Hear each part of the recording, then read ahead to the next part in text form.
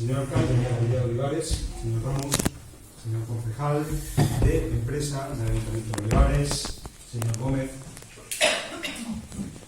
miembros de la Asociación Cultural y de Recreación Histórica del Tercio de Olivares, vecinos de esta villa, señoras y señores, buenas noches. Como tesorero de la Asociación Cultural y de Recreación Histórica Tercio de Olivares, sean bienvenidos a este acto de presentación del libro Conquistadores Olvidados, personajes y hechos de la epopeya de las Indias, para cuya consecución contamos con la presencia de su autor, don Daniel Arberas Alonso.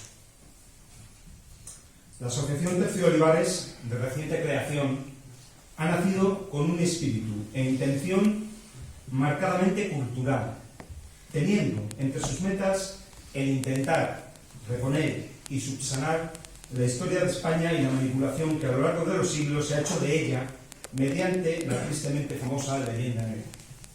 Así como despertar el interés por nuestra historia, interactuando con otras asociaciones, instituciones, colegios, institutos, etc.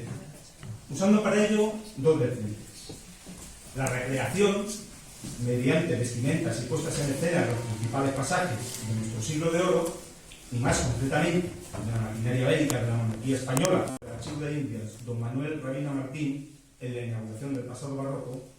Estamos aquí porque fuimos lo que fuimos. De no ser así, probablemente esto no estaría donde está. A buen entendedor, poca con la pasta. Y por otra parte, la organización de eventos como el que hoy nos ocupa. El marco para el nacimiento de la asociación es inmejorable: la Villa de Olivares, lugar de residencia de don Gaspar de Guzmán y Pimentel, conde duque de Olivares, y a la sazón válido de nuestro rey Felipe IV, el hombre más poderoso y temido de su tiempo, de cuya historia pudimos conocer más a fondo recientemente en el documental auspiciado por el Ayuntamiento de Olivares y que contó con la presencia y patrocinación de ilustres personajes nacionales e internacionales.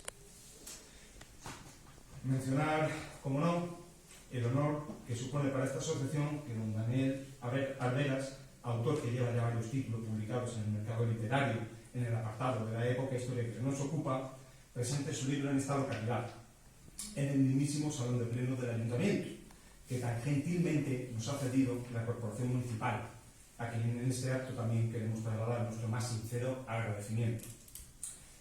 Y entrando en materia, ¿quién mejor para presentar al autor y su obra que la señora delegada territorial de Fomento, Cultura y Patrimonio Histórico, quien a su vez también es escritora, habiendo publicado en 2018 la novela Cartas de Memoria, novela histórica, Cartas de Memoria.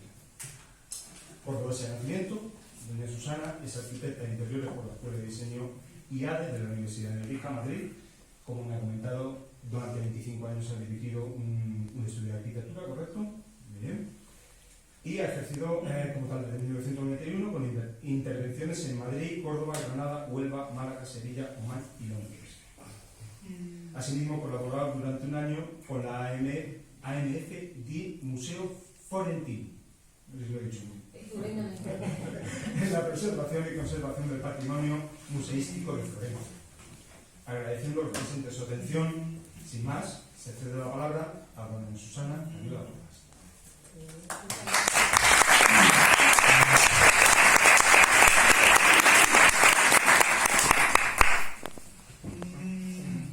Bueno, buenas noches a todos. Estoy encantada de estar en Olivares, en esta preciosa villa barroca. El barroco es una maravilla, no seríamos nada sin el barroco. Muchísimas gracias a la asociación por esta invitación que acepté gustosamente y muy contenta de estar aquí acompañando a esta asociación que hace esta labor magnífica y además que no solo yo personalmente, desde la Junta de Andalucía estamos encantados de apoyar a todas aquellas personas. No somos nada las instituciones, ¿verdad, alcalde? Sin todas las iniciativas particulares, sin todas las iniciativas privadas. Esta iniciativa del Tercio de Olivares tiene toda mi admiración como delegada de Cultura, tiene toda la admiración, y les traigo un caluroso saludo de la consejera con la que acabo de estar, y me ha pedido que Patricia del Pozo, nuestra consejera de Cultura, que así se lo transmita. Desarrollan ustedes una labor magnífica. Recordar nuestra historia, efectivamente, no somos nada sin lo que fuimos. es nuestro pasado lo que nos trae hasta hoy. Así que enhorabuena por todo y muchísimas gracias por invitarme esta noche, alcalde. Muchas gracias. Estoy encantada. Qué salón de plenos tan bonito, tan elegante, lleno. Se ve que están todos los vecinos encantados de acompañarnos. Fantástico el patio, precioso, y muchas gracias por cederlo. Está muy bien desde las instituciones que apoyemos, que cedamos, que estemos presentes y que apoyemos a todas las iniciativas como esta noche para presentar una novela. Daniel, me encantó, fue fantástica.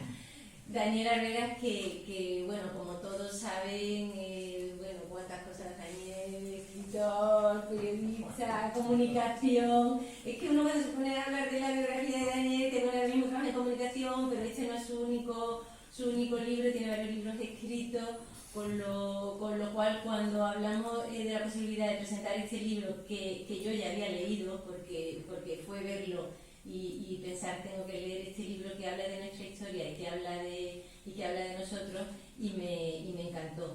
Conquistadores olvidados habla de nosotros, habla de nuestra vida. Como bien ha dicho el presidente, esa leyenda negra que desgraciadamente los españoles durante mucho tiempo se han creído. Y hablo en pasado porque ya no nos la creemos. Ahora ya sabemos el gran país que fuimos, que nos lleva a lo que somos. Un grandísimo país, una grandísima nación que ha tenido muchísimas épocas, que fuimos un imperio, sí, con orgullo, porque fuimos un imperio y ahora no lo somos. Pues somos un país magnífico y fantástico, pero orgullosos de nuestra historia y orgullosos de nuestra vida. Batallamos, guerreamos, conquistamos, evangelizamos, creamos las primeras universidades del mundo, lo hicimos los españoles. Aquí están los conquistadores en esta primera fase y están dictadas enseguida, en cuanto llegan los conquistadores, llegan las primeras leyes para proteger a los indios de los lugares a los que llegan.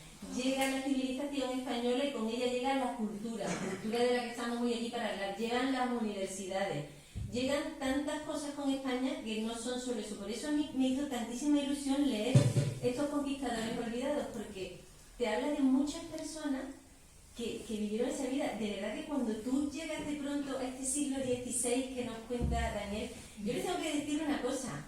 El libro no es que esté documentado, está documentadísimo, porque una de las cosas más interesantes que tiene, aparte de propiamente todas las historias que nos cuentan, es la extensísima bibliografía, que nos da una medida de la documentación que ha hecho el autor, que es enorme, para hablarnos de 22 historias con personajes distintos, en los que encuentras pues nombres que te suenan, encuentras nombres que te suenan más y encuentras nombres que no has oído nunca, pero todos ellos españoles que viajaron al otro lado del mundo y que uno se pregunta qué valor tenían en las condiciones en las que iban, Daniel, en esa época, en ese siglo XVI, cuando dice, te das cuenta de que la conquista de América, que muchas veces nos quedamos, la conquista de América, 1492, Cristóbal Colón, no, espérate, es que viene el siglo siguiente, es que acaba el siglo XV y empieza el XVI, y están todos estos valientes españoles que se montan en un barco sin tener claro dónde van y llegan a una parte de la tierra que conocen, y cuando llegan a esa tierra que conocen, y ahí están los pizarros, y bajan al Perú. ¿Y cómo es el Perú? El Perú, que le llaman Pirú, eso lo he aprendido contigo yo, Daniel, yo no lo sabía, Pirú, es una conquista de una nación enorme. Se conocen nuevas civilizaciones, se entablan relaciones con ellas, se entablan relaciones comerciales, se instalan, van todos esos conquistadores, van sus mujeres, nacen allí sus hijos, van sus hijas. Daniel nos lo cuenta de una forma que de verdad comprende el valor, o sea, la valentía que tenían esos hombres. Yo reconozco que ir a la luna es un hecho extraordinario, pero fueron 3. Las cosas como son. Nosotros, que este año además, como todos saben, conmemoramos el quinto centenario de la primera vuelta al mundo, que la dimos los españoles, porque Magallanes se financió con la corona española, y el Cano era español, era un vasco que era español, y además, muy claramente, es un hecho histórico. No hay otro igual, es el inicio de la globalización, con lo cual todo eso no es nada sin esto que Daniel nos cuenta en su libro. Nunca habríamos llegado a todo eso sin que estos valientes bajaran el Orinoco, sin que estos valientes atravesaran el Amazonas, sin que llegara la conquista de Chile, que tengo que decir que yo he descubierto la conquista de Chile y la dureza de esa conquista de Chile, cómo llegan, es que llegan y crean las ciudades. Entonces Daniel nos lo va contando en 22 historias con distintos nombres de distintos personajes, de hombres y de mujeres también, porque también hubo mujeres que fueron, algunas vestidas de hombres que tú nos lo desvelas y que es una sorpresa, otras acompañando a sus maridos, otras que ya eran de allí, otras criollas que eran los que ya estaban allí, entonces ya empieza a haber esa mezcla. Porque hay una cosa, Daniel, importante, los españoles cuando llegábamos a los sitios nos mezclábamos. Y nosotros llegábamos a los sitios, nosotros no éramos nada exclusivo de la sociedad de los españoles. Esa sociedad, vamos a decir, lo que estamos aquí en familia anglosajona, que hemos visto en la televisión, en la India, etcétera, vamos a ver, la India no era ni Sudamérica, ni era Filipinas, ni era ninguno de los lugares del lago español, que era como se llamaba a toda la parte que recoge toda Asia y todo lo que es el Pacífico. Los españoles convivíamos con todas las culturas que nos fuimos encontrando. ¿Con alguna batallamos? Pues claro que sí, porque es que hay que reconocer que estábamos en el siglo XV, en el siglo XVI. No se puede ver la historia de hace 5 siglos con ojos del siglo XXI. O sea, juzgar con nuestra forma de vida, juzgar con nuestra forma de entender la vida, la diferencia entre los hombres y las mujeres, la forma de vida, la diferencia entre los distintos tipos de personas, con los ojos de hoy en día, juzgar a aquellas personas, pues no se puede hacer, porque sencillamente es irreal, no tiene nada que ver con la realidad. Entonces Daniel nos ofrece aquí este bozo en el que de pronto aprendes muchísimo acerca, como decía, de lo duro que fue conquistar Chile, de lo que fue conquistar Perú. Nos toca algunos libros tan históricos para nosotros como El Quijote, que para mí ha sido uno de los capítulos más entrañables. Claro, todo eso te da la noción, porque te enlaza la España del siglo XVI, de aquí en la península, y la que estaba allí. Entonces yo lo que les tengo que decir es que se disfruta mucho, porque es un ensayo muy agradable en el que vas leyendo un capítulo y te lees la vida de una persona. A veces enlaza con el siguiente. Tú que tienes además tu blog y que escribes en el periódico y que tienes todo, yo me entretengo muchísimo. Cuando tengo un rato yo voy en el móvil leyendo todas las cosas del blog de Daniel, porque verdaderamente te cuenta historias de repente de un montón de señoras, de un montón de gente. Entonces lo va contando de una forma muy amena y muy rigurosa. Ojo, porque es importante ser fiel a la historia, no inventar. Aquí no hay nada inventado. Aquí no hay esa leyenda de la que hablan Rosa. No, estos son hechos. ¿Hay cartas de cómo eran las cartas? Pues hay cartas reales, hay que aceptarlo todo, lo bueno, lo malo, hay que aceptarlo todo. Están todas las referencias, bueno, vaya investigación, Daniel, a todos los libros, al archivo de India, al de Simanca, a todos los archivos que han estado leyendo, a todos los libros, y algunos de ellos, tengo que decir que una de las cosas que más me sorprendía, porque leer en el castellano antiguo no es fluido. O sea, cuando lees las cartas y todas las anotaciones que él va poniendo, que son originales, y que las va poniendo, bueno, y él no la pone con la letra que nosotros la leemos ahora, no quiero pensar lo que es leerlo en las cartas con esas letras originales.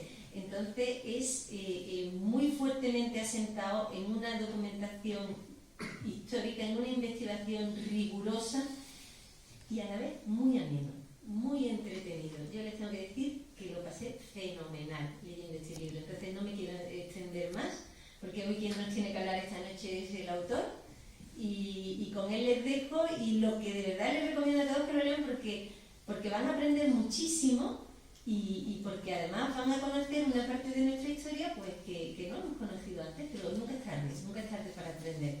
Así que Daniel, muchas gracias por escribir este libro, porque igual que yo disfruté, seguro que van a disfrutar muchísimas personas más. Muchas gracias a todos. Se me escucha, ¿verdad? Sí.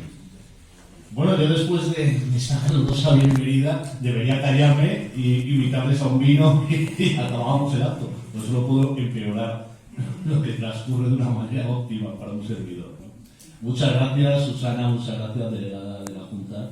Un inmenso placer, una alegría que hayas disfrutado tanto estas historias. Excelentísimo señor alcalde, muchas gracias, estamos en su casa, y además vaya casa, esto es un lujo, como le decía antes, y muchas gracias. Muchas gracias a la Asociación Tercio Olivares, que tenemos aquí a sus máximos representantes, algunos infantes de los tercios. En fin, estáis haciendo una labor muy interesante y muy necesaria para recuperar esa historia nuestra y os animo desde aquí a que continuéis, por supuesto. Quiero contarles por qué estoy yo aquí, ¿no? Este aparato es diabólico, pero a veces es muy útil, ¿vale? No solo para hablar por teléfono, como se hacía antes, sino para el tema de las redes sociales. Las redes sociales, manejadas con cierta moderación y con un objetivo claro, te lleva a conocer a gente muy interesante que comparte aficiones, que comparte pasiones y que comparte el amor por nuestra historia, ¿vale? Por eso estoy yo aquí. Yo conocí a Julio, uno de los miembros de los Tercios de Olivares en Madrid, en un acto que a su vez organizaba otra asociación que se llama Plas de Lezo y los Héroes Olvidados, por el 2 de mayo, ¿no? Pues queríamos hacer un recorrido por los sucesos que ocurrieron en aquel célebre 2 de mayo, el levantamiento de Madrid contra el francés, ¿no? Contra el invasor.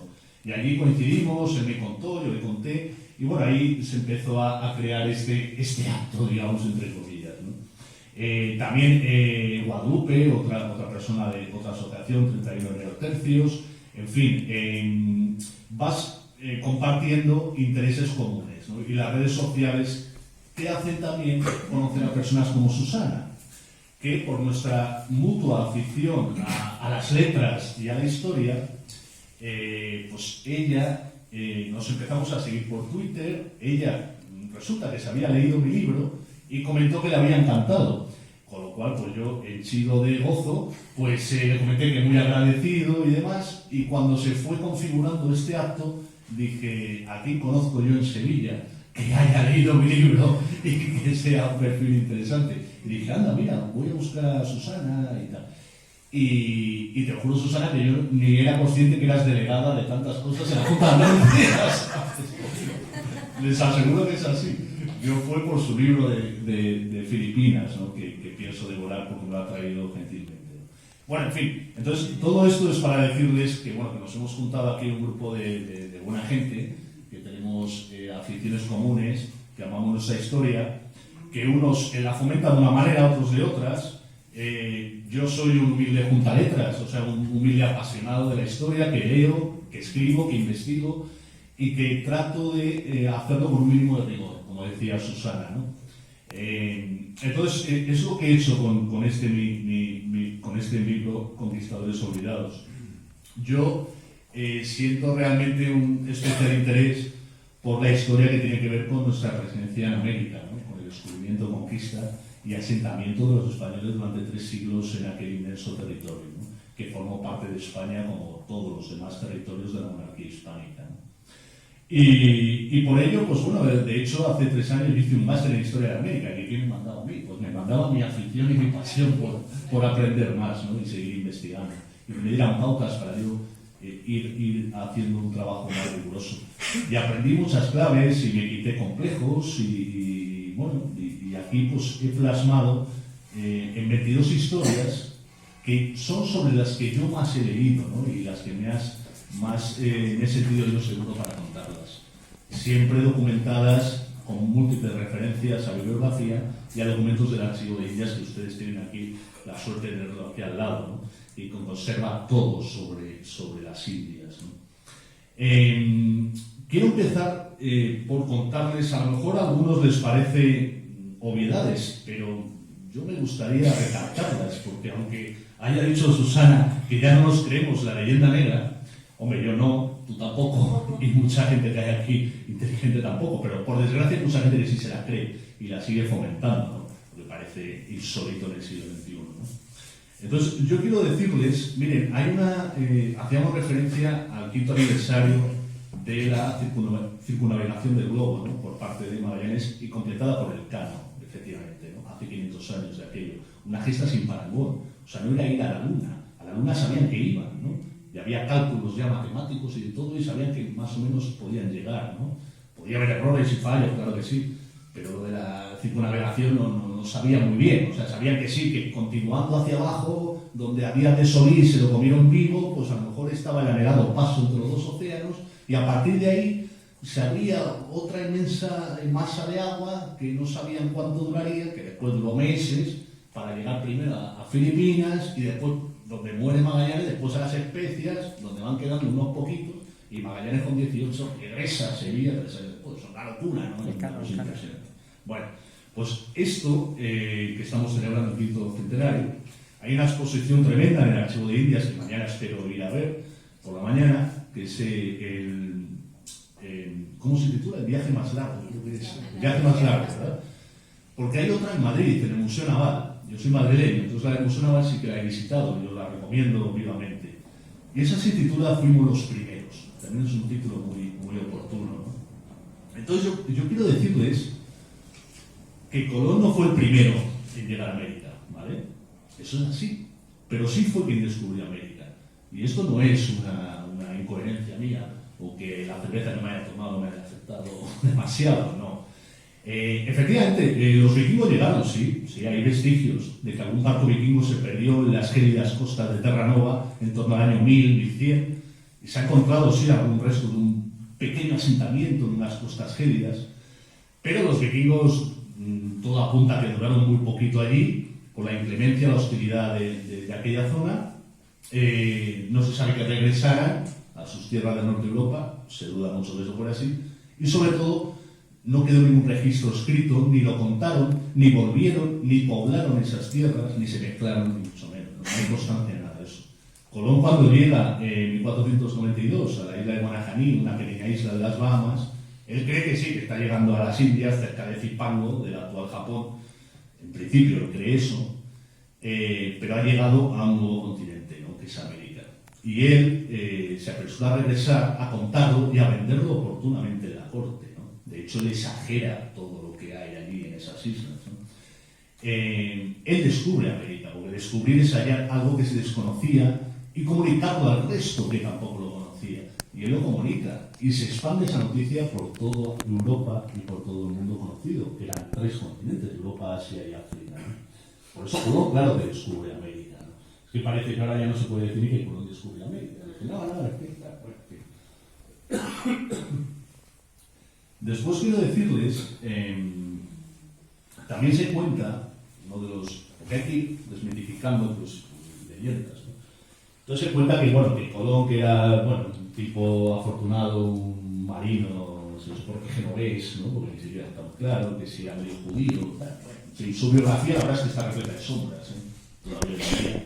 Pero bueno, que fue un tipo con suerte y que llegó a aquellas islas, y bueno, y que en sus 2 carabelas y una nao, pues iba repleta de asesinos, violadores y la peor calaña de gente que había en la Castilla de aquel tiempo, ¿no? Esto es rigurosamente falso, pero bueno, esto se repite hasta la saciedad. O sea, Colón cuando se embarca, por fortuna conservamos la lista de casi todos los tripulantes que iban en aquellos barcos, ¿no? Que eran cerca de 90 hombres. Es cierto que hubo enormes dificultades para que Colón consiguiera las tripulaciones para esa primera aventura, ¿no? Porque, claro, iban al mar incógnito, más allá de las Canarias, pues no había nada, ¿no? O sea, entonces había un temor cierto, ¿no? Y multitud de incógnitas. No se sabía la duración del viaje. Y los marineros pues, andaluces, la mayoría, pues no habían navegado tan lejos, ¿no? Y a él le cuesta, pero bueno, el apoyo de los hermanos Pinzón, pues al final consigue enrolar a una tripulación, y los reyes católicos, ante la demora de esa partida, es cierto, y yo lo cuento, que expiden una cédula, perdón, en la que autorizan a que Colón pueda embarcar a gente que haya cometido ciertos delitos, ¿no? Bueno, porque la misión era muy peligrosa y no se encontraban hombres suficientes. De esa cédula, solo hay 4 personas de 90 que sí que tienen delitos a sus espaldas. Hay uno que ha matado a un hombre, ¿vale? En palos, por una refriega, una disputa. Y los otros 3 son amigos suyos que le han intentado liberar de la cárcel, ¿vale? Estos 4 hombres se embarcan en ese primer viaje a lo desconocido, ¿no? Y llegan a aquella isla de Guanajaní. En el segundo viaje de Colón, al año siguiente, ya van 17 barcos, 1.500 personas, van las primeras mujeres en ese segundo viaje de Colón, pues siempre se repite que no, fue en el tercero, cuando, bueno, yo he encontrado documentos que en el segundo llevaban mujeres, ¿no? Y en ese segundo viaje no hizo falta recurrir a ninguna persona de dudosa reputación, digamos, porque la propaganda que había hecho el almirante pues era amplia y muy a su favor para enrolar a gente que fuera a poblar esas nuevas tierras, ¿no? Y fueron 1.500 personas. Y así todo, ¿no? Le quiero decir que a veces la leyenda negra se alimenta de una ínfima parte de verdad y se extrapola a un todo, ¿vale? Entonces, si había 4 personas con penas pendientes de cumplir y que se les daba un permiso especial para esa arriesgar la misión, de las cuales solo una había matado a un hombre en una disputa también frecuente en aquellos tiempos, pues llegamos a decir que todos los que iban con Colón eran asesinos o violadores, ¿no? Y eso hasta hace nada, yo no sé si ahora, pues eso se enseñaba en las escuelas de la República Dominicana, ¿no? Entonces, bueno, pues de la isla de la Española, ¿no? Quiero decirles también que Colón, lo que hizo Colón para mí fue Colón tiene el fracaso más glorioso de la historia de la humanidad. Porque Colón buscaba las Indias, ¿vale?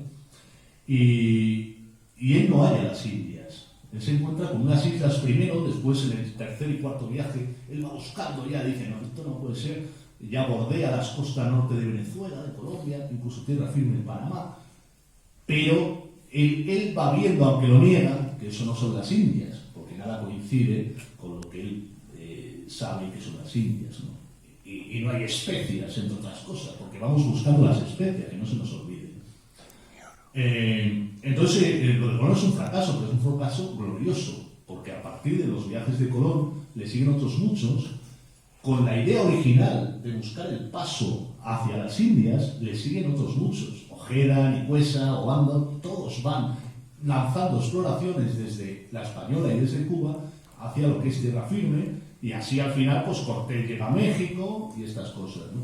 Balboa descubre el Pacífico, la Mar del Sur en 1513, pero no se halla el paso entre los dos océanos, que sí que se consigue 30 años después con Magallanes y Elcano. O sea, digamos que se cierra el círculo, ¿no? Y Elcano es el que regresa 30 años después, en 1522, con la nao Victoria desvencijada y la bodega Tarrada de Clavo, que era el objetivo primero de Cristóbal Colón. Esto mucha gente no lo tiene en cuenta, ¿sabes? Pero bueno, me parece interesante la reflexión, ¿no? Porque nosotros buscábamos las Indias, lo que pasa es que nos estamos con unas tierras nuevas, y en esas tierras nuevas habitan gentes muy diferentes, muy extrañas, pueblos de indios, le llamamos indios, creemos que hemos llegado a las Indias, entonces le llamamos a todos indios. Eran muy diferentes entre sí, no tenían nada que ver. Había indios pacíficos como los taínos, indios belicosos, indios antropófagos, los caribes, 200.000 pueblos muy diferentes entre sí, que se mataban unos a otros. Que la idea de que América era una Arcadia feliz, un paraíso de buen rollito, mariposas exóticas, mujeres desnudas que se duchaban en las cascadas, y setas venenosas, y antílopes y caimanes, que sí que lo sabía, pero no era un paraíso. Unos esclavizaban a otros, unos conquistaban a otros, unos se comían a otros, no en toda América, pero sí en buenas partes de América. Se hacían guerras para esclavizar y capturar a hombres y después sacrificarlos, como en México. Claro, cuando Cortés llega a México, Cortés es un tío inteligente, es un tío astuto, es un tío de letras y es un tío de armas, y tiene don de gentes, tiene ingenio, y tiene capacidad de mando con sus hombres, ¿no? Y la respetan mucho. Y él se la juega y dice, no, esto promete gloria, no solo oro, promete gloria, promete honor y promete mucho estas tierras, y hay que poblarlas, evangelizarlas, porque desde el principio, cuando Colón regresa, se han descubierto unas tierras pobladas por unos indios que no conocen a Dios, estamos hablando de 1492, y los reyes precisamente, pues los reyes, el título de católicos, pues viene a raíz de la conquista de América, del descubrimiento de estas tierras, ¿no? Que el Papa les concede su dominio y población a condición de que evangelice a esos naturales de estas tierras y de que los proteja y que no se les haga daño alguno, como decía Isabel la Católica. Y esto es así, ¿no? Claro, después tenemos que ponernos en situación. Vamos a ver, de aquí viajaba hacia aquellas tierras gente de todo tipo. Igual que hoy tenemos gente de todo tipo en este país, pues había gente de todo tipo. Había gente, había capitanes, había soldados que habían combatido en los tercios, en Italia y demás, Valdivia y otros muchos, que claro, cuando América se va descubriendo y promete riquezas, nuevas aventuras, hazañas, gloria, a mayor honra de su historial, se embarcan a probar fortuna, ¿no? Y a esto le siguen pues hombres, allegados, familiares, vecinos, gentes que confían en su capitán. Y de estos hay de todo. No son todos soldados, no eran las legiones romanas, eran gente del común, eran labriegos, eran marineros que se quedaban allí, eran pues, artesanos, eran soldados, había de todo.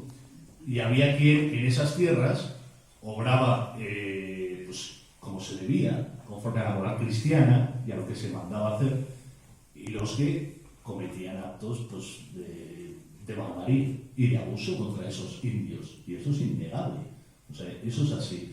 Pero otro concepto pues, que siempre sale a colación, no sé, de los, digamos, amigos de la leyenda negra, esta que perdura todavía, es el del genocidio, ¿no? Una palabra tan gruesa y tan brutal, ¿no? El genocidio, pues claro, pues es el nazi con los judíos, es el armenio, ¿no? O sea, el turco con los armenios, es el de los chilenos argentinos con los Selknam en la isla de Tierra del Fuego, en la segunda mitad del siglo XIX, cuando Chile y Argentina eran países independientes. Yo estuve por allí, yo estuve en la isla de Tierra del Fuego hace 3 años y visité un museo en Puerto Porvenir, en aquellos gélidos parajes, donde me contaron esa historia, me lo contó un guía chileno, donde en esa isla de Tierra del Fuego, claro, estamos hablando de latitudes australes tremendas, que son unos páramos tremendos donde solo hay guanacos y unos matojos, pues resulta que en el siglo XIX, cuando ya Chile y Argentina eran países independientes, pues unos ganaderos aventureros descubren que esas tierras, pues bueno, pues pueden ser muy interesantes para un tipo de oveja escocesa, ¿no? Y total, que empiezan a trasladar ovejas, y esas islas que pertenecen en ese momento a Chile, pero que viven pues 4 y no tienen ningún interés, después se descubrirá gas y petróleo, pero eso ya es en el siglo XX, pues empiezan a irse el ganado. Y claro, ahí, ¿quién vivía? Ahí vivían los indios Selknam u Onas, en esa isla de Tierra del Fuego. Y estos indios eran cazadores recolectores, vivían pues, como, pues no sé, en la edad de piedra. Y se dedicaban pues, a cazar guanacos, de donde sacaban su carne, su piel y poco más, ¿no? Y a pescar en esas gélidas aguas. Y claro, cuando ven que empieza eso a llenarse de unos animales nuevos, guanacos y tal, pues ellos le disparan sus flechas y matan a las ovejas. ¿Qué hacen estos ganaderos terratenientes que poseían toda la tierra? No sé qué, cazan a los indios, pero les cazan pero totalmente. Pero se cuenta incluso, hay documentos, que desde el propio Estrecho Magallanes hacían competiciones con rifles de precisión, si veían un indio en la costa, a dispararle. Y se pagaba a una libra presentando las manos o la cabeza de estos indios. Total, en la isla de Tierra del Fuego no quedó un indio Selknam, ¿vale? Y esto fue en 1860, 1870. Entonces todo esto me lo contaba un guía chileno. Y entonces, bueno, los chilenos, pues bueno, también tienen sus cositas. Entonces yo le dije, claro, uno ha viajado mucho y ya está harto de mensajes siempre, español, o llevasteis el oro, no me queda. Bueno, estas cosas que te lo tomas con humor dependiendo del personaje que te lo dice, ¿no? Porque te tienes que relajar un poco. Pero y entonces yo le dije a este guía chileno, bueno, pero, y esto no fuimos los malvados españoles, ¿no? ¿Cómo es esto? Pues me está hablando usted de 1870. No, señor, no, esto fuimos nosotros, esto es un pasaje oscuro y tal. Ah, claro, sí, claro, efectivamente. Igual que las campañas de la Araucanía del siglo XIX con el Chile independiente son las que masacran a los mapuches, aquellos belicosos araucanos que mataron a Pedro de Valdivia en 1553 y se lo comieron vivo, porque ese pueblo mapuche, extremadamente belicoso, orgulloso, fiero y todo lo que ustedes quieran, nunca se sometió del todo a la autoridad de los españoles y al dominio de los españoles. De hecho, llegó un momento que se plantó una frontera en el río Biobío, en el centro-sur de Chile, y bueno, los españoles ya le dejaron allí convivir, a condición de que se consideraran súbditos de la corona de España, digamos, no vayamos a molestarnos demasiado, ¿no? En fin, también quiero comentar, como decía Susana antes, que casi desde el principio hubo mujeres, ¿vale? Y esto se ha olvidado, porque bueno, también es verdad que tenemos tan grandes personajes y tamañas gestas que efectivamente, hombre, estábamos en el siglo XVI, era un siglo bastante masculino, y más en estas aventuras de exploración y de hombres valientes que se adentraban en selvas inhóspitas y demás, ¿no? Pero siempre hubo mujeres. Quiero decirles que en el siglo XVI, según diferentes estudiosos, unas 12.000, 13.000 mujeres embarcaron hacia América, ¿vale? De todo tipo y condición. Yo últimamente llevo varios meses que escribo una columna semanal, Mujeres y la Historia. Y entonces, claro, como a mí sobre todo me apasiona la que pasó por América, relacionada con nosotros, pues tiendo a tirar hacia ahí, ¿no?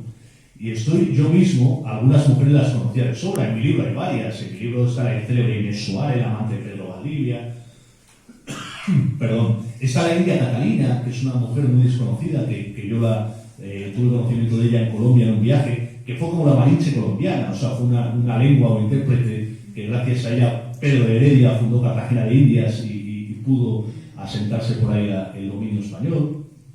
Está la monja Alférez, aquella mujer que parecía que era una novela y que era inventada hasta que pues, a mediados del siglo XX se descubrieron documentos del archivo de Indias que daban fe de que su historia, aunque increíble, es cierta. Una niña a la que internan en un convento sus padres, en San Sebastián, la niña rebelde a los 15 años se corta el pelo, se fuga del convento, se viste con un sayo holgado, también parece que no era muy agraciada, por lo cuanto ayudaba, y pasa como un mozalbete, ¿no? Y entonces ella pasa a servir a diferentes familias hasta que llega a Sevilla, aquella Sevilla llena de personajes de todo tipo, donde llegan ya los barcos, los galeones, hay un tráfico intenso de mercancías y de gentes de bien y gentes también pícaros y de todo tipo, y consigue embarcarse hacia América, ¿no?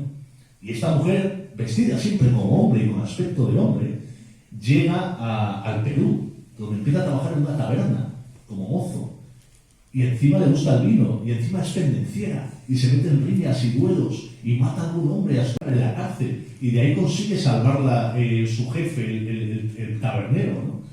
Y tiene otros rifirrafes, y conquista varias damas, y sale de su lecho justo antes de que el marido engañado la sorprenda. Pero esto es así, y esto está escrito, ¿no? Bueno, pues esta mujer, como tantos otros, como Valdivia, Cabeza de Vaca, está mi libro, Cabeza de Vaca, o sea, yo no se me ocurre un tipo, o sea, con una historia igual, o sea, es impresionante. Yo le he titulado El Renacido, porque nació varias veces, o sea, un tío que se embarca en la expedición de Pánfilo de Narváez en 1527, que va a poblar la Florida, ¿no? La Florida que ha descubierto Ponce de León unos años antes, ¿no? Y esa expedición, pues como tantas otras, está llena de dificultades. La climatología es extrema, naufragan, desembarcan en unas zonas de ciénagas, los caballos no sirven, se hunden, se quedan sin víveres, se comen los caballos, se dispersan por esas tierras, van quedando muy poquitos, y Cabeza de Vaca es apresado junto a otros pues, por los indios de la zona, ¿no? Que les someten a todo tipo de trabajos y de arduas labores y tal.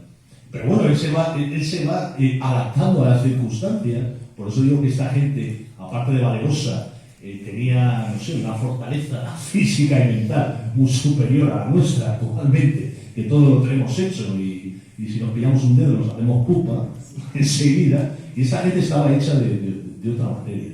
Bueno, aquí, pues este es un superviviente que se recorre medio actual de Estados Unidos, casi de costa a costa, durante 8 años, y al final, a los 8 años, aparece el tío desarrapado, medio desnudo, con 3 indios y le encuentra una partida española. Y digo, ¿tú quién eres? Y yo, no, es Cabeza de Vaca. O sea, un tío impresionante. Y este tío lo cuenta, y lo escribe, y escribe naufragios, y narra su epopeya. Y no le hacemos ni caso, porque nos da igual. No lo entiendo. Y no tiene una película este tío en condiciones, ¿sabes? O sea, no sé si comentábamos antes que los norteamericanos, los estadounidenses, apenas tienen héroes, porque es una nación muy joven, ¿no? Y los 4 que tienen, medianamente, pues te cuentan unas epopeyas, unas películas brutales. Y nos las creemos. Y el 7º de caballería nos encantaba. A mí el primero. Joder, yo bueno, un mito. Y me encanta, y la sigo viendo. Pero ahí que nos están contando, nos están metiendo un relato y nos lo tragamos. Y no, y el que era muy malo era Pizarro. Claro. Y el general Caster, joder, rubio guapo con melena, se lleva la chica y mata a los indios, que son malísimos, nos lo tragamos. Bueno, y entonces después llega el alcalde de Los Ángeles y derriba la estatua de Colón por genocida y se queda caracho. ¿Sabes? Y el general Caster sigue teniendo una avenida en Los Ángeles. Bueno, pues esto es así. Pero esa es la historia que cuenta Estados Unidos. Pero nosotros no tenemos que tratarnos, la tenemos que contar la nuestra, ¿no? O sea, vamos a ver. Mira, hay una anécdota. Pues siempre se dice que fuimos a por el oro, que esquilmamos el oro y estas cosas, ¿no? Vamos a ver, no voy a ser yo el que diga que no nos interesa el oro. Faltaría más. Sobre todo cuando estábamos. No. Sobre todo cuando España pues, vivía en una sociedad mercantil, el patrón oro y plata estaba plenamente asentado. Y cuando llegan a estas tierras y van descubriendo y poblándolas y mezclándose desde el minuto uno, sin ningún tipo de complejo, ni racismo, ni nada que se le parezca, y evangelizando además a las indias, pues claro, dicen no hay especias, pero bueno, si hay oro y plata, pues hombre, nos interesa, es que esto es así, ¿no? Que es así la vida desde los tiempos más remotos, ¿no? El que conquista y domina a otra población, pues hombre, trata de obtener los recursos de ese territorio, ¿no? Y lógicamente, el que ha invertido vida y hacienda, el que se ha jugado el pellejo, ha cruzado un océano, se ha enfrentado a todo tipo de dificultades, lo ha hecho porque aspira a llevar una vida mejor. Aquí no nos pongamos todos estupendos. Y además pongamos la mentalidad de aquel castellano del año 1500, ¿no? O sea, en fin. Bueno, pues miren, había también esta diferente mentalidad de aquellos pueblos que poblaban América, con respecto, por ejemplo, al oro y la plata, que eran vistos pues, bueno, como objetos simbólicos, ornamentales, ofrendas a los dioses, simples colgantes ceremoniales, mientras que para el español pues, era dinero, ¿no? Contante y sonante. Y entonces hay un escritor colombiano, que yo hago referencia en mi libro, William Ospina, que tiene una trilogía muy interesante sobre el dorado, ¿no? Que la recomiendo leer, está muy bien, tiene ahí sus toques, pero está muy interesante, hay que leer estas cosas, ¿no? Y yo fui a una presentación suya, a una conferencia, y él dijo una cosa que yo estoy bastante de acuerdo, me parece muy sensata, ¿no? Vamos a ver, para que vean ustedes la diferente mentalidad y la diferente, digamos, visión que tenían estos dos mundos, ¿no? Si es que podemos trasladarlos a ellos, ¿no? Vamos a ver, el español, el castellano, que llegaba a esas tierras no entendía que los indios, el oro, lo utilizaran como simple adorno, que incluso en determinados pueblos o regiones, por ejemplo en Colombia, pues enterrara a sus caciques o sus mandatarios con sus joyas, su oro y demás. Por eso incluso por muchos españoles pues, saqueaban esas tumbas, claro, y se llevaban el oro que los otros enterraban con su muerto, ¿no? No entendían que no le dieran más valor que el ornamental, simbólico o de ofrendas, ¿no? Y el indio, ¿qué pensaba el indio? Dice, coño, difícil saberlo. Pero él decía, el indio no entendía el ansia del español, de aquel barbudo que llegaba a esas tierras, por ese metal, por esas joyas preciosas, ricamente ornamentadas y labradas, que ya sabía muchas, por los propios indios, para sus caciques, sus adornos, sus ropajes y sus ceremonias, que se lo requisaran, o que se lo pidieran, o que se lo robaran, para convertirlo en algo tan tosco y tan feo como una barra, como un lingote. Porque claro, se fundía todo y se ponía lingotes que muchos se mandaban a España, ¿no? Para pagar a los tercios de Flandes, es otra cosa, ¿no? Claro. O para pagar a los banqueros a los que debíamos pues muchos ducados, ¿no? Pues esto es así, o sea, y bueno, porque era todo tan complejo y tan diferente entre el nuevo mundo y el viejo mundo, que esto es así, ¿no? Y también quiero decirles que desde siempre, desde el minuto uno, la corona trató de proteger y defender a los habitantes de aquel nuevo mundo, ¿vale? Había que evangelizarles, había que pagarles su jornada de trabajo, había que dejarles descansar, no esclavizarles, alimentarles convenientemente y que no sufrieran ningún tipo de maltrato. Eso desde el minuto 1. La católica, fenómeno católico, se van dictando leyes, cédulas, recomendaciones de todo. La ley de Burgos del propio Testamento de Isabel Católica, la ley de Burgos, las leyes de India, las leyes nuevas.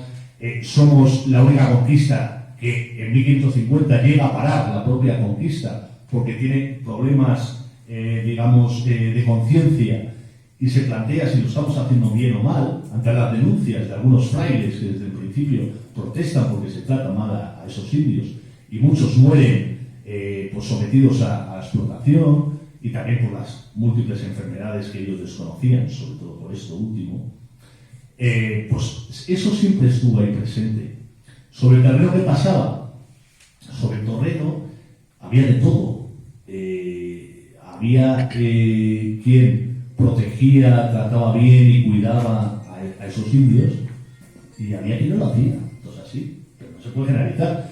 Pero somos la única conquista, repito, donde la corona y las máximas autoridades trataban de velar por la salud y el bienestar de los habitantes de esas tierras. Algo completamente avanzado para la época. Déjenme leerles un par de cositas. Ya verán qué curioso.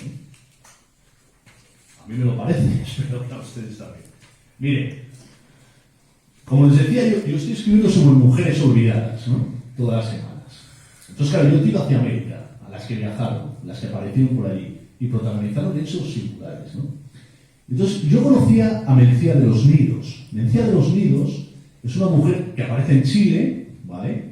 En la época de Valdivia, ¿no? O sea, de las primeras. Y cuando matan a Valdivia en 1553, esta Mencía de los Nidos vive en Concepción, que era la segunda ciudad de aquel Chile, ¿no? Entonces, cuando matan a Valdivia, es el gobernador, el capitán general, cunde el pánico en todo Chile.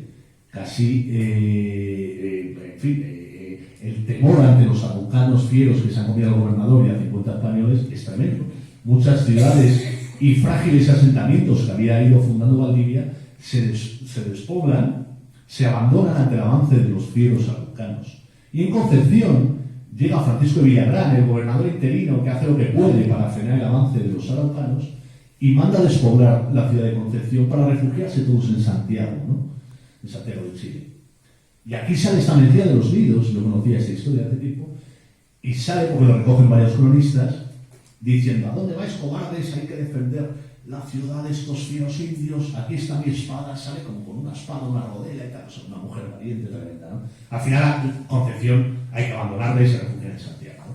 Pero claro, yo quería escribir sobre esta Mencía de los Nidos y no quedarme en esta anécdota, contar algo más. Entonces me puse a intentar investigar cositas, ¿no? Yo vivo en Madrid, entonces claro, el archivo de Indias está aquí, ¿no? Tienen ustedes la suerte y lo tienen aquí. Pero cada vez tienen más archivos digitalizados en el sistema PARES que puedes acceder si tienes un poco de habilidad y costumbre en buscar los documentos, cómo buscarlos y tal. Y también, bueno, si vas echando horas y demás, pues acabas comprendiendo muchas de esas letras. Depende mucho del escribano, de la época, cómo escribía y tal, pero lo vas sacando, ¿no? Bueno. Y además, en muchas ocasiones, aunque el documento no esté digitalizado, como es el caso, sí que tiene un título, una descripción que a veces es generosa y te da muchas claves del documento que está ahí, ¿no? Entonces yo encontré esto y dije: anda, mira, ya sé por qué Mencía de los Nidos y cómo se trasladó a Chile, ¿no? Miren, estamos en 1544. Esto es una real cédula que se da en Valladolid, donde estaba la corte. Real cédula a la audiencia de Lima para que entienda e imparta justicia en el caso de Gonzalo de los Nidos. Ya les adelanto que este es el hermano. Vecino y regidor de Cuzco, que sirvió en Nicaragua, en Perú, con Diego de Almagro, yendo a Cajamarca, donde se apresó a Atahualpa. Pasó a Cuzco con Francisco Pizarro y ha servido al rey en muchos sucesos más y ha empeñado su hacienda. También luchó en la batalla contra Diego de Almagro, el rey de Almagro, en la lucha civiles entre los españoles, donde murió su hermano. Y aquí viene lo importante. Y que en un altercado por defender a unas indias, mató a uno de los maltratadores, por lo que vino a España para pedir perdón a los parientes del muerto y a su majestad, concediéndose, pero quedando sus bienes incautados. ahora quiere volver a esa tierra llevando consigo 2 herederas doncellas para casarlas y que se levante el embargo de sus bienes. Este documento es muy significativo, porque te está contando que este Gonzalo de los Nidos, que efectivamente era un conquistador veterano, que había estado con los Pizarro, que había estado en Cajamarca, que había estado en Cuzco, que había conquistado el Perú con los primeros, en un altercado defendiendo unas indias, mata a un hombre. Fíjese, que lo tengo aquí apuntado. Porque a continuación de esto se le concede el perdón. Y además lo mata con ayuda de Dios. Perdona a Gonzalo de los Nidos y Fernando Castro por la muerte de García de Medina, debía ser de Medina del Campo, difunto en el Perú. ¿Vale? Entonces, él va a la corte, con todos los servicios que ha servido al emperador, se presenta y dice, sí, es cierto, he matado a este tío. Pero estaba abusando de unas indias y con la ayuda de Fernando de Castro, pues hemos matado. Y la justicia, la corona, le indulta, le perdona. Dice, bien hecho. O sea, está autorizando a este hombre que ha cometido un crimen defendiendo unas indias. O sea, esto es una muestra para mí muy significativa de cómo cuando la corona tenía conocimiento, pues no siempre lo tenía, de los abusos que se cometían, trataba de paliarlos. ¿Vale? No quiere decir que todos los supieran, ni mucho menos. Estamos hablando de un océano de por medio de miles de leguas de distancia, ¿no? Y es muy difícil controlar un imperio de 200.000 leguas o de lo que sea, ¿no? Bueno, pues, y cuando dice que ahora quiere volver a esa tierra llevando consigo a 2 herederas doncellas, se refiere a su hermana Mencía y a otra hermana llamada Ana, ¿vale? ¿Qué pasó? Bueno, ya les cuento la historia entera. Este Gonzalo de los Nidos efectivamente obtuvo el perdón, se embarcó hacia el Perú con sus 2 hermanas, recuperó sus bienes. Pero ¿qué pasa? Pues que después, cuando Gonzalo Pizarro se rebela contra la autoridad de la corona, matan al virrey, la revuelta de los encomenderos, claro, este era el nombre de los Pizarro. Este es un nombre fiel a Gonzalo Pizarro. Total, que al final acabará pues muy malamente. En 1548 trata de derrotar a Gonzalo Pizarro y él también pues acabará decapitado, este Gonzalo de los Nidos. Por eso la mujer y pierde todos sus bienes. Por eso la hermana Mencía de los Nidos, que se ha casado con otro conquistador, acaba refugiándose al sur de aquel territorio. ¿Y queda al sur? Pues Chile, no quedaba mucho más. En fin, es una anécdota curiosa que quería contarles. No sé cómo vamos el tiempo, es que yo me pongo aquí a hablar y...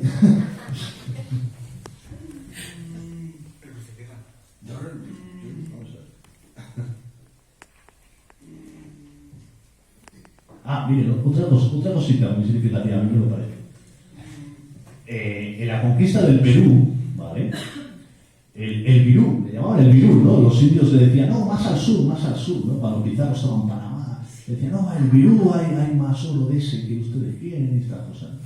Entonces Pizarro es un vaquiano, es un veterano de las Indias, él ha llegado a primeros del siglo XVI, ha estado en la Española, él ha pasado a Panamá, ha estado con Balboa descubriendo la Mar del Sur. Pues se decide a ir por ese virus, ¿no? Él hace 2 intentos primeros que son un poco un desastre. Bueno, el primero es un desastre, no llega ni a pasar de la costa de Ecuador y es un desastre total. El segundo avanza un poquito más, pero la situación también es límite. Se quedan sin víveres, son atacados por indios con flechas, con ponzoña, van cayendo los hombres y se refugian en un islote, que en realidad no es un islote, es la isla del Gallo, pero bueno, es como una pequeña península, ¿no? Se refugian ahí, ¿no? Y aquí hay un momento importante, ¿no? Siempre se cuenta de esto de cuando Pizarro, sus hombres quieren volver a Panamá porque están exhaustos, porque no hayan nada de valor. Entonces él se planta y trata la raya del suelo con la espada y dice, bueno, por aquí se va a Panamá a ser pobres, por allá se va al Perú a ser ricos, escoja el buen castellano, lo que mejor les tuviere, ¿no? Así nos lo cuentan los cronistas. Yo no sé si eso fue así gráficamente, pero bueno, algo parecido fue, ¿no? Porque solo 13 hombres cruzaron esa raya, ¿no? Que son los 13 de la fama. Yo aquí les cuento quiénes eran esos 13, porque sabemos su nombre y sus apellidos, ¿no? Y he intentado saber qué fue de ellos después, ¿no? Verán que la mayoría no dura mucho, porque claro, estas expediciones el índice de supervivencia pues no era muy elevado. Algunos sí que sobreviven, llegan a Cajamarca, apresan y derrotan a Atahualpa, llegan al Cuzco y después empiezan las guerras civiles entre Pizarro y Almagro. Bueno, hay de todo, ¿no? Algunos no sobreviven a la nueva expedición. Pero bueno, cuando Pizarro al fin vislumbra la ciudad de Tumbes, los primeros indicios de riqueza y de una civilización más poderosa de los incas que dominan toda esa zona, él regresa corriendo a Panamá para a su vez regresar a España y contarlo, ¿no? Y obtener el permiso, la capitulación de la corona para explorar y conquistar ese Perú que ya está próximo. Entonces él lo hace y él recuerda a sus más fieles hombres, a esos 13 hombres que han apostado por él cuando todo el mundo estaba pensando en renunciar, ¿no? Para salvar el pellejo. Y esos 13 hombres aparecen en esa capitulación que firma la reina Isabel, la mujer del emperador, la reina Isabel de Portugal, porque el emperador está ausente, ¿no? La firma en Toledo en 1529 y les cita con nombre y apellidos. ¿Y qué les concede? Les concede algo muy importante para la época, aunque sea meramente simbólico: que los que no son hidalgos sean hidalgos, es decir, que ya sean don alguien, y los que ya sean hidalgos que puedan ser titulados caballeros de las espuelas doradas. Entonces, como esto, como muy de la mano de Gaula, ¿no? De los libros de caballería, pero es que eso estaba muy presente en el imaginario de aquellos tiempos, ¿no? Les quiero decir con esto que no todo era el ansia de oro, riquezas, era también el ansia de trascender y de dejar un recuerdo y del honor y de la gloria. Mire, Pedro Valdivia, que es un soldado del Renacimiento, que él está en Pavía, está en el saco de Roma, vuelve a Extremadura, se casa con su señora y está unos años tranquilo en Extremadura, pero él es un hombre de acción. Y cuando llega a los ecos de la conquista del Perú, pues él quiere estar ahí y él se embarca. Y primero anda por Venezuela y después llega a Perú. Y cuando llega a Perú, él, que es un maestre de campo, que es un soldado de prestigio, a quienes muchos hombres conocen y respetan, él se pone de parte de los Pizarro, ¿no? Y él tiene un papel importante para derrotar a Diego de Almagro. Total, que Francisco Pizarro le premia, le da una encomienda, le da una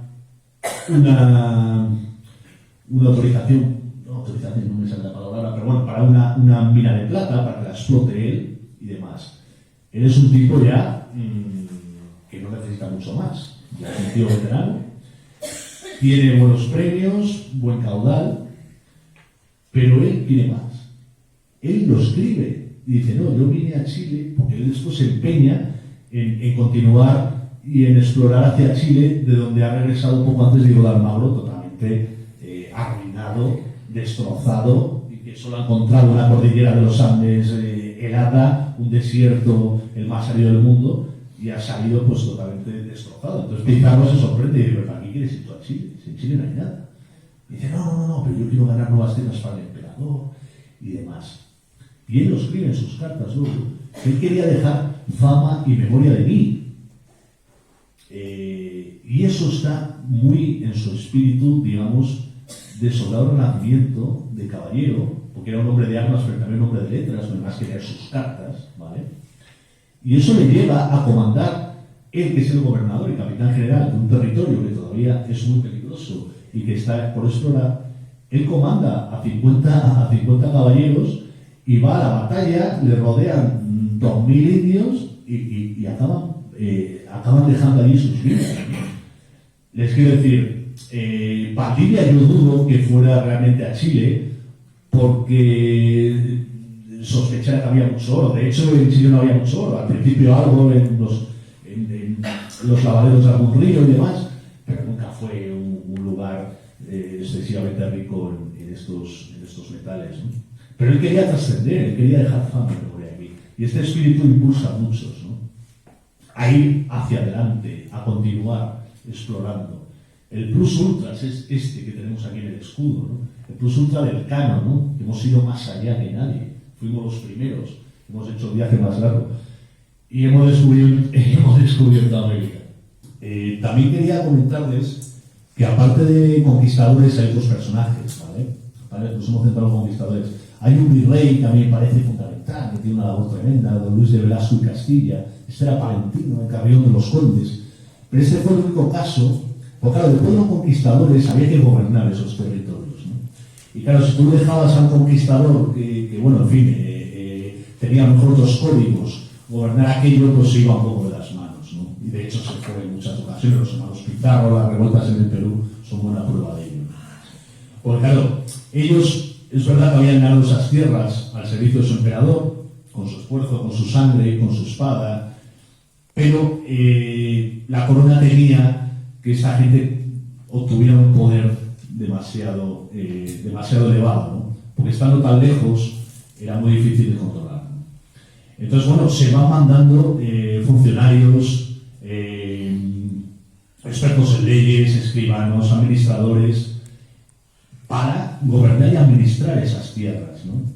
Porque una vez que las conquistas hay que poblarlas y hay que administrarlas. Y lo que hace la corona española es trasplantar todas sus instituciones a las Indias, América, ¿no? Y trasplanta pues, su arquitectura, sus leyes, su religión, por supuesto, su gastronomía, todo se mezcla.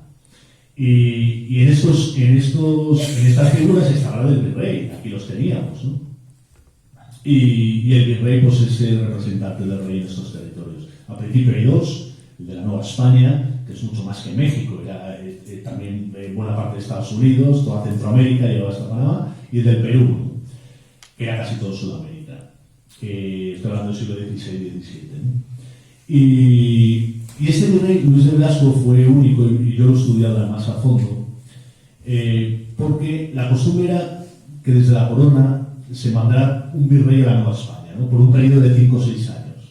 Él era el máximo representante del rey en la Nueva España. Él gobernaba y administraba la economía, la justicia, la defensa de aquel territorio. Y si él había desempeñado bien su labor, que al terminar su mandato debía someterse a un juicio de residencia, cosa muy interesante, y que a lo mejor los políticos no estaría mal revisar esa figura, porque ellos tenían que dar cuenta de todo lo que habían hecho, de todo lo que habían administrado, y bueno, eran sometidos a un juicio pues riguroso, ¿no? Y hasta que no acabara ese juicio, no le dejaban regresar a España. Y hay casos de virreyes que se incautaban sus bienes, y alguno protesta al rey diciendo, si me han dejado hasta sin mi ropa blanca, no sé qué, porque el tío había sido bastante chorizo en su administración del territorio. Y eso hay que decirlo. Y eso lo hacía la corona, ¿no? O sea, que hay muchas cosas que a lo mejor no eran tan arcaicas, ¿verdad? Estamos descubriendo que no eran tan arcaicas. Pues este virrey parece que lo hizo muy bien en la Nueva España, porque a continuación se le designó para un nuevo mandato en el Perú, que estaba mejor remunerado y que era todavía más prestigioso, ¿no? Entonces, él completa un segundo mandato en el Perú, cosa que pasó con varios virreyes. Pues Felipe II no era tonto. Entonces, claro, si él tenía ya un experto en las Indias en el territorio, con experiencia en el gobierno de las Indias, le mandaba al otro virreinato, ¿no? Para aprovechar esa experiencia, ese bagaje y demás. Entonces, esto pasó con varios. Entonces, Luis de Velasco fue otro de ellos. Pero lo que no pasó con ninguno es que al acabar su periodo en el Perú, fuera de nuevo reclamado, no ya por Felipe II, sino por Felipe III, Felipe II había fallecido, para un tercer mandato en la Nueva España. O sea, tal era el coco de este tipo, ¿no? Y eso no es lo último, sino que cuando está en ese tercer mandato, que él ya es bastante anciano, ya como jubilación le premian con la presidencia del Real Consejo de Indias, donde acaba sus días, ¿no? O sea, un personaje impresionante que yo lo he estudiado y me apetecía plasmarlo aquí. También un par de anécdotas y ya acabo, que si no me da la vida. No, vamos a ver. Lo que comentaba Susana del Quijote. Mire, yo me releí el Quijote hace 3 años. Por las noches, tranquilamente, ¿no? Estoy diciendo, bueno, un capítulito de la noche. A ver, pues yo lo había leído en tercer debut, bueno, así medio, ¿no? Saltándote pasajes y eso. Pero tenía ganas de afrontarlo, ¿no? Porque decía que, bueno, cuando pasan los 40, pues ya te gusta mucho más, ¿no? Y fue así, y se lo recomiendo. Yo me lo fui leyendo, entonces, claro, yo siempre me iba fijando y digo, a ver cómo Cervantes veía las Indias, ¿no? Veía América, a ver qué menciones hacen en el Quijote, ¿no? Y entonces, y me encontré bastantes. Y entonces yo iba señalándolas. Digo, ¿no ves, no? Qué curioso, vamos a ver. Entonces, bueno, Cervantes, que si decimos que en el Quijote está todo, está la vida misma, de primeros del 17, la primera parte de 1605, la segunda de 1615, todos los saberes, está en Cervantes toda la vida de entonces. ¿Cuál era la imagen de las Indias que tenía Cervantes, ¿no? Pues la imagen que tenía de las Indias, 100 años un poco más del descubrimiento de esas tierras, era de un lugar muy lejano y de una tierra de oportunidades, si tenías un poco de fortuna, ¿no? De hecho, el propio Cervantes intentó trasladarse un par de veces a las Indias, solicitó permiso y no se le concedió. El tipo ya, pues bueno, era manco, aunque no era manco, pero tenía el brazo ya un poco estropeado, y no se concedió el permiso para viajar a las Indias, a desempeñar un oficio. Le contestaron que no había oficio para él y demás, ¿no?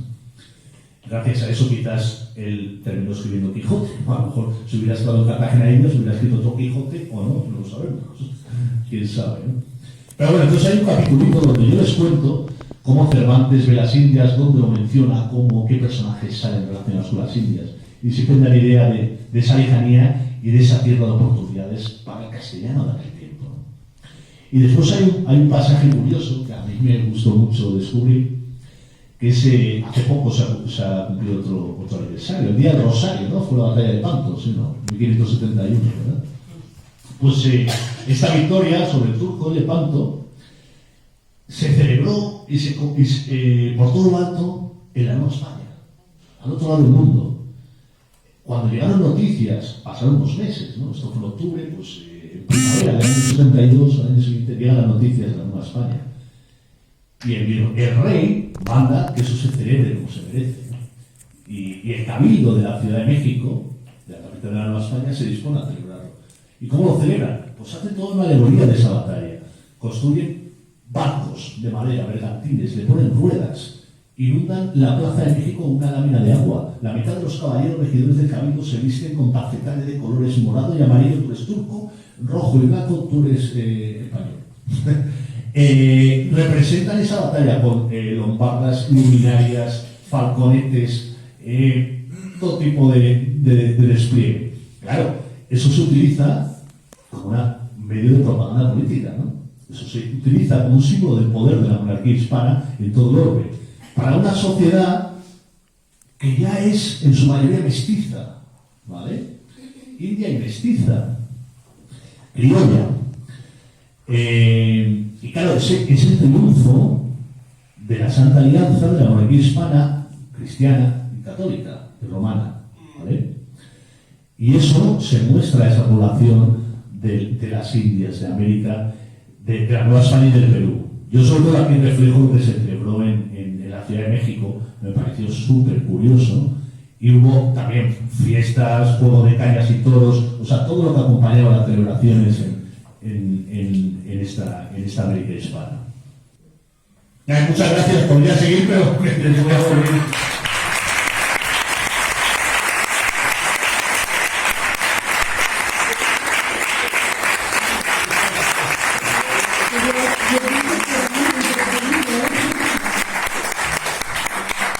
Vecinos de Olivares, espero que hayan disfrutado tanto como yo, como la presentación del señor Daniel.